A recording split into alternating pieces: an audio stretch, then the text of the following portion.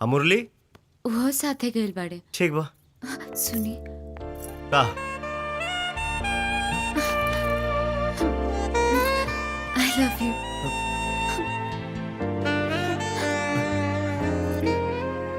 ई कहा पिंकी हमरा रहुआ से प्यार हो गया। घर में जगह दे देनी तो सीधा दिल पे राज कल चाहता रे। सॉरी, हमार औकात रानी बने के ना नौकरानी के हा।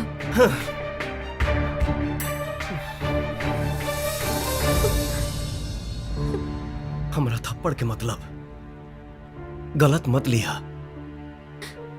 हम ही जन्म में सिर्फ और सिर्फ गौरी के आई। रहुआ चाहत के भूख पा केहू के मिटौला से ना मिटी। मत मिटे था बाकी निशाना केहू और के बनावा। हमार माना तभी साल से टाका भिड़ाला। शादी करावे की गारंटी हमार। ठीक बा? हाँ? केहू और भूख ऐसन भी नहीं खिलागल कि रसमलाई की जगह दाल भात से पेट भर ली।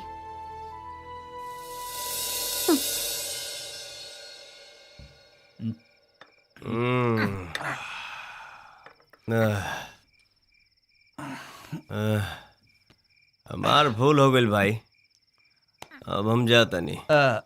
लेकिन शंकर भैया, अंगूर के बेटी अभी बोतल में नाचतिया। ये थोड़ी नाचती है ससुरी, तो हमनी के नाचा होती है। शंकर भैया, हमार तो सगरो इलाका नाचता। चल यार। ठीक बा भाई, ठीक बा।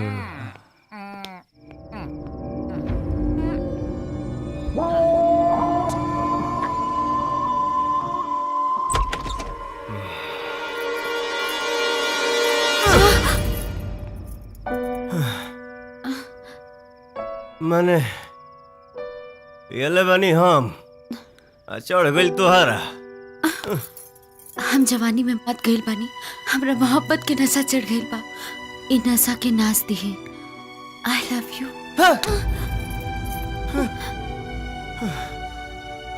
कुल नशा उतर गई। हमके अपना जिंदगी में उतार ली। हम जिंदगी भर राउत पूजा करब।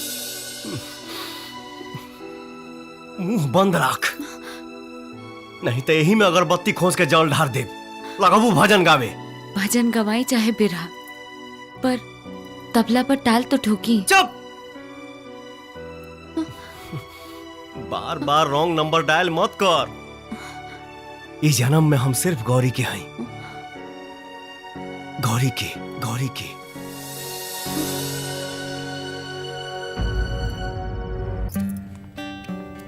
का सोचा था पिंकी, शंकर से बढ़िया लड़का तरह के ना मिले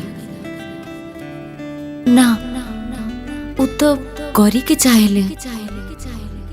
काले के देख ले बा पिंकी ना।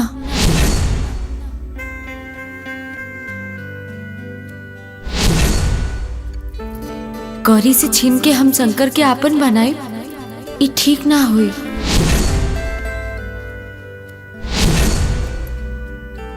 प्यार और जंग में सब जायज होला। सोच के देखा पिंकी, सोचा सोचा पिंकी।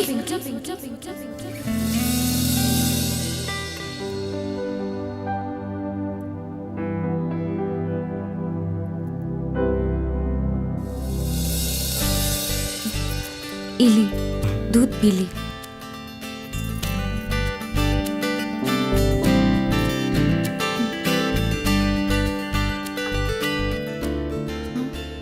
ई का करत तारू? अपन फर्ज निभावतानी। तुम्हारी फर्ज हमके पाप के कर्ज में डुबा दी। कर्जदार तो राउर हम हो गए बानी। रउआ हमके नया दुनिया नया जिंदगी देले बानी। पिंकी, डेरा तानी गौरी से। ई डरना प्यारा तोहके ना बुझाई। जा सुते जा। हम एजा जागे और जगावे आइल बानी, सुते ना। अरे जा ना, माई जाग जाई। एजा सवेरे 6 बजे से पहले केहू जागे वाला नहीं खे। उफ।